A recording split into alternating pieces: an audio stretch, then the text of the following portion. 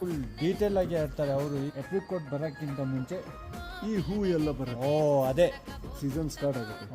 ಆಮೇಲೆ ಈ ಹೂ ಏನಾಗುತ್ತೆ ಅಂದರೆ ಇದು ಮೆಚೂರ್ ಆಗಿ ಫ್ರೂಟ್ಸ್ ಕೊಡ್ತದೆ. ಆ ಫ್ರೂಟ್ಸ್ ಏನು ಅಂದರೆ ಅಪ್ರಿಕಾಟ್. ಈಗ ಲದಾಖಲ್ಲಿ ಜಸ್ಟ್ ಟೂರಿಸ್ಟ್ ಸೀಸನ್ ಶುರು ಆಯಿತು. ಜೂನ್ ಜುಲೈ ಅಲ್ಲಿ ಬಂದರೆ ಆ ತನಕ ಇಲ್ಲಿ ಫುಲ್ ಆ್ಯಪಲ್ ಮತ್ತು ಏಪ್ರಿಕಾಟ್ ಇರುತ್ತೆ. ಬನ್ನಿ. Correct sir. ನಮ್ಮ ಕರ್ನಾಟಕ ಜನಗಳಿಗೆ ಏನು ಫ್ರೀಯಾಗಿ ಬನ್ನಿ.